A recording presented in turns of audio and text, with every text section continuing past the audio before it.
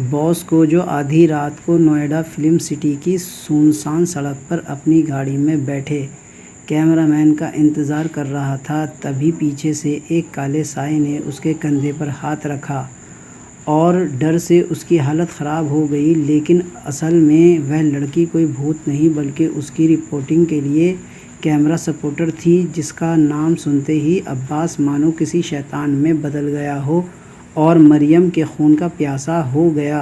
पर क्या मरियम सच में इस दुनिया को अलविदा कर गई?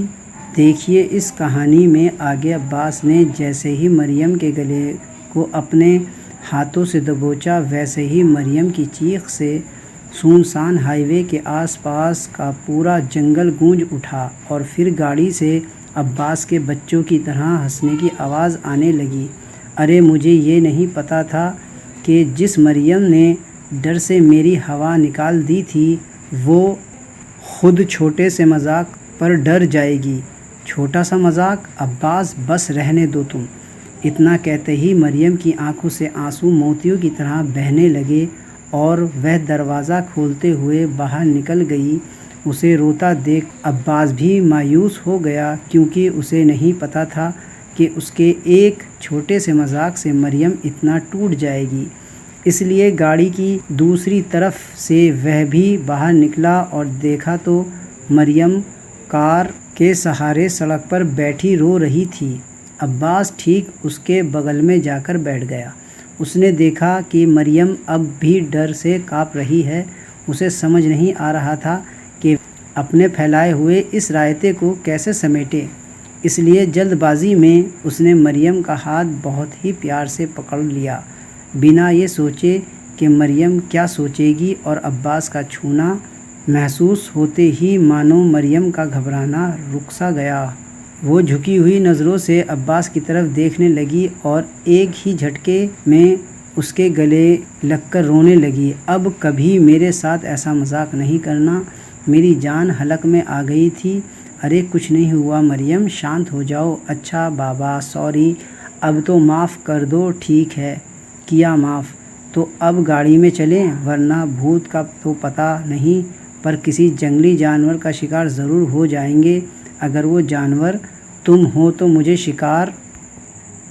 शिकार होने में कोई एतराज़ नहीं। इतना सुनते ही अब्बास उसे गोद में उठाकर कार की पिछली सीट पर ले जाता है और दोनों मदमस्त हो एक दूसरे में सिमट जाते हैं। उनके सिमटते हुए गर्म सांसों की हवा से मानो बादल भी पिघलने लगे थे और बारिश की धीमी धीमी बूंद बूंद गाड़ी को भिगोने लगी थी।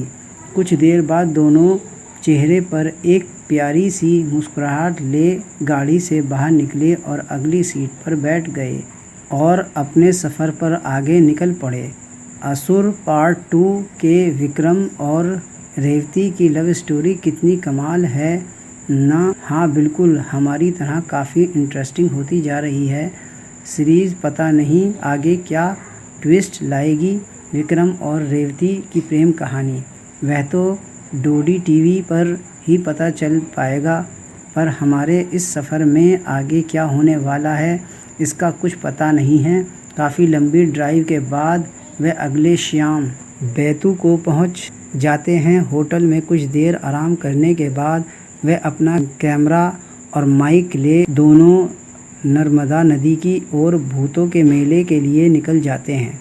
वे सोचते हैं कि वहाँ हर जगह की तरह कोई नॉर्मल मेला होगा, रंग बिरंगे झूले और हंसते खेलते बच्चे, और ज़रूर वहाँ कोई भूत का खेल होता होगा, जिस वजह से उसे भूतों का मेला कहते होंगे। पर असल में ऐसा कुछ नहीं था। हंसना खेलना तो छोड़ो, किसी के चेहरे पर मुस्कान तक नहीं थी। कुछ था तो सभी के चेहरों पर डर, भूत के तांडव की वजह से अपनों से बिछड़ जाने का दुख और प्रेत बाधा से ग्रस्त लोगों की चीख और उनका पागलपन। मुझे मारने आया है, एक फूंक मैं तुझे हवा कर दूंगी। आ गया ना अपनी मौत को न्योता देने, अब जिंदा नहीं बचेगा। एक बार तो मुझे मार चुके हैं ये, अब दोबारा मारकर मुझे मेरे पति से अलग करना चाहते हैं। कोई नहीं बचा सकता तुझे, इसका शरीर छोड़ तुझे जाना ही होगा। इतना कहकर महंत जी उसे अपनी चाबुक से लपेट घसीटते हुए सिद्ध स्थल पर ले गए और झाड़ फूंक शुरू कर दी। उस औरत को उसके परिवार के सदस्यों ने दोनों हाथों से खींचकर पकड़ा हुआ था और महंत जी मंत्रों के उच्चारण के साथ उन पर भभूत फेंक रहे हैं। भभूत के पड़ते ही वो औरत चीख पड़ती है और महंत उसे एक ही सवाल करता है, बता इसका शरीर तू छोड़ेगी या नहीं? जब तक मुझे इंसाफ नहीं मिलेगा तब तक नहीं छोड़ूंगी। मरियम, एक सेकंड के लिए भी कैमरा बंद नहीं होना चाहिए। मरियम अब्बास को इशारों में हाँ कर देती है। अब्बास भी हंसते हुए ये सब देखने लगता है क्योंकि उसे विश्वास नहीं हो रहा था कि सच में किसी पर भूत सवार भी हो सकता है और उनका भूत झाड़ा भी जा सकता है। एक बार तो वह हंस ही पड़ा था, जिस पर महंत जी ने उसे कहा, मीडिया से हो तो हर चीज़ पर सवाल करोगे और भगवान के अस्तित्व पर विश्वास नहीं करोगे, पर याद रखना यहाँ कोई पाखंड नहीं हो रहा है। तुम जहाँ खड़े हो उसके पीछे हर पेड़ के एक एक पत्ते पर हज़ारों आत्माएं कैद हैं और उसकी आत्मा भी वहीं कैद होगी।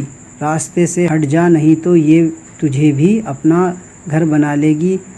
अरे महंत जी, आप अपना काम कीजिए ना और मैं अपना काम करता हूँ। बाकी भूत बेताल ये सब बेकार की बातें हैं। विनाश काले विपरीत बुद्धि खुद पछताएगा बाद में। ठीक है, आप शुरू कीजिए। मरियम जी के समझाने पर भी जब अब्बास उनकी बात नहीं मानता है तो वह अपना काम शुरू कर देता है, क्योंकि भूतों से मुक्ति के लिए और भी कई लोग लाइन में लगे थे। उधर अब्बास भी अपनी ज़बरदस्त रिपोर्टिंग कर रहा था। आप सोच रहे होंगे कि एक क्राइम रिपोर्टर अंधविश्वास से भरी जगह पर क्या कर रहा है, तो आप जान लीजिए कि अंधविश्वास फैलाना भी एक क्राइम है और मैं आज इसका खुलासा करने वाला हूँ कि कैसे एक महंत जी भोले भाले लोगों को इतना कहते ही अब्बास की ज़ुबान लड़खड़ाने लगी और वो वहीं निढाल होकर गिर पड़ा। उसी की ये हालत देख मरियम भी उसके पास पहुंच गई। अब्बास का पूरा शरीर कँपा रहा था और उसकी ज़बान से एक शब्द भी नहीं निकल रहा था। डॉक्टर, कोई डॉक्टर है क्या यहाँ? मरियम की आवाज़ सुन महंत जी ने सबको हटने का इशारा किया। ले आओ उसे यहाँ। कहा था ना मैंने भूतों के रास्ते में मत आना, पर मानी नहीं मेरी बात।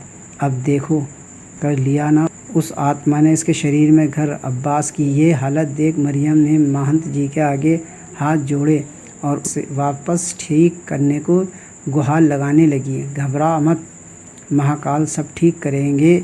उधर महंत जी अपनी सिद्धियों के ज़रिए अब्बास के अंदर की आत्मा से बात करने लगे और उधर मरियम भी अपने खुदा से अब्बास के लिए दुआ मांगने लगी। और तभी कुछ देर बाद अब्बास ने चीखते हुए आंखें खोली। कातिल हैं वो सब। कौन? वही उस औरत के परिवार वाले जिसके ऊपर महंत जी ने झाड़ फूंक किया था। कहाँ गए वे लोग? उनका काम हो गया, चले गए। आपको पता नहीं उसके ऊपर किसकी आत्मा थी? उसकी सौतन की। महंत जी का जवाब सुनकर अब्बास सख्ते में आ गया। उसे वह सब पता है जो उसे उस आत्मा ने उसके शरीर पर कब्ज़ा करने के बाद बताया कि कैसे उसके ससुराल वालों ने उसे मारा, क्योंकि मोटे दहेज के लिए अपने बेटे की दूसरी शादी करना चाहते थे। इसलिए मौत के बाद उस औरत ने अपनी सौतन के शरीर को ही अपना घर बना लिया और सबसे चुन चुनकर बदला लेने लगी। लेकिन महंत जी ने उसे उसके शरीर से आज़ाद कर दिया और अब उसने अब्बास के शरीर को अपना घर बना लिया है, जिसे वह तब तक नहीं छोड़ेगी जब तक कि अब्बास उसे इंसाफ नहीं दिला देता। जैसे ही अब्बास ये समझ गया कि महंत जी को सब कुछ पता है तो वह गुस्से में महंत जी से बोला, सब कुछ जानते हुए भी आपने उसकी मदद नहीं की और उन हथियारों को ऐसे ही जाने दिया। मैं रूहानी ताकतों से लड़ सकता हूँ, हथियारों से नहीं। देख, मैंने अपना काम किया, अब तू अपना काम कर और दिला उस मासूम आत्मा को इंसाफ। इस बार अब्बास को महंत जी की बात बिल्कुल साफ साफ समझ में आ गई और वह उनका आशीर्वाद ले वापस लौट गया भूतों के मेले। भूतों के मेले की रिपोर्टिंग के साथ उसने उस रिपोर्ट की भी पूरी जांच पड़ताल की जो सालों पहले दबा दी गई थी, लेकिन ये इन्वेस्टिगेशन रिपोर्ट से सारी सच्चाई सामने आ गई